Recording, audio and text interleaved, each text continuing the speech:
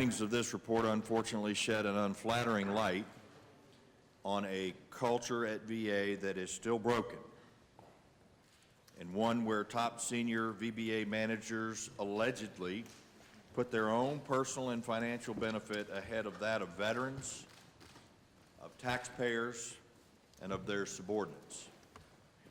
On October 1st, I sent an invitation to Secretary McDonald which explicitly requested the presence today of then Undersecretary for Benefits Allison Hickey, Ms. Diana Rubens, the Director of the Philadelphia, Pennsylvania Regional Office, Ms. Kimberly Graves, Director of the St. Paul, Minnesota Regional Office, Mr. Antoine Waller, Director of the Baltimore, Maryland Regional Office, and Mr. Robert McKenrick, Director of the Los Angeles, California Regional Office. All of these 5 individuals are at the center of the IG's report, and it only seemed reasonable that they appear before our committee today.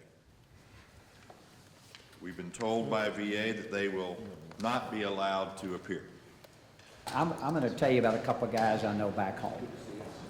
One is Bud Page. He's a retired Baptist preacher, a Marine, lost his arm in Vietnam. Randy Kingston, both these guys are friends of mine. Randy is a paraplegic, a young man, had not married, became paraplegic after in Vietnam during an explosion, a battle. And this young woman married him, who knew him ahead of time, knew him when he was whole, but married him, has been faithful together all these years. And these veterans that we see out there are having to struggle to get their benefits of a few $100s or a few $1,000s a month. And then I see things where we're paying somebody $33,000 to drive up the road 140 miles and live in a hotel for a few days until they can get a house. If you pay 55 cents a mile, that's a $77 trip, not a $33,000 trip. And if you eat at the Four Seasons every night, I don't see how you could spend $33,000. And that's not what average people do out there. When average people like me that go out and work for themselves for 30-something years and I do less, next year I get paid less. That's what happens in the real world. They need our help in mitigating a system and bringing down the mountains of bureaucracy just so they can access the basic services that they were promised by this government when they signed up to go fight for freedom. And I think that it's just another egregious example that I look at this as a huge crisis in confidence yet again.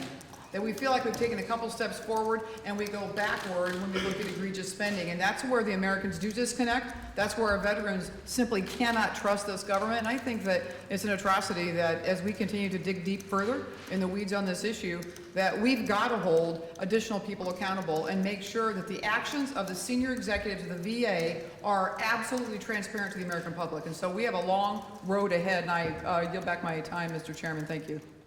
It was very disappointing that the key witnesses were not present. One of the committee members called it a crisis in confidence. I believe that's what our veterans are looking for. They're looking for accountability. They're looking for answers. Our VA employees want to make sure that they get a fair treatment as they move up through the VA system. We believe in the VA. We're partners with the VA. But we need to make sure that they're transparent and held accountable.